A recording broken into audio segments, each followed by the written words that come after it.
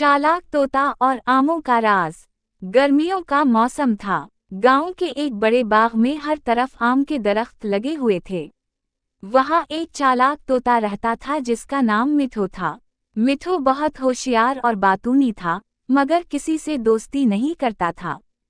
बाग में रोज बच्चे खेलने आते, लेकिन मिठू सिर्फ दूर से इन्हें देखता और दिल ही दिल में कहता, मैं किसी को आम नहीं तोड़ने दूंगा, ये सब मेरे हैं।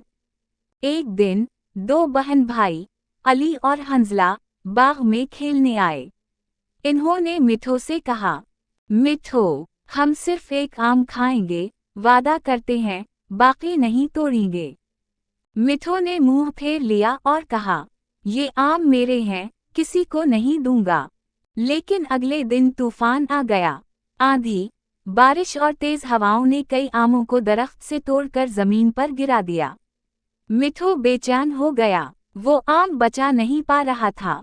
इतने में अली और हंजला दौड़ते हुए आए, आम उठाए और मिठू के पास ले आए।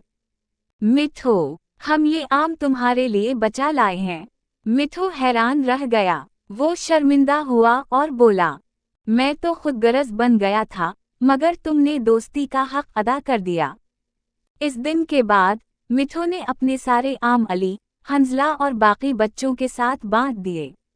अब वो सब एक साथ आम खाते, हंसते और बाग में खेलते। मिठू की आवाज गूंजती, दोस्ती सबसे बड़ी दौलत है और आम सबसे मीठे तब होते हैं जब बांटे जाएं।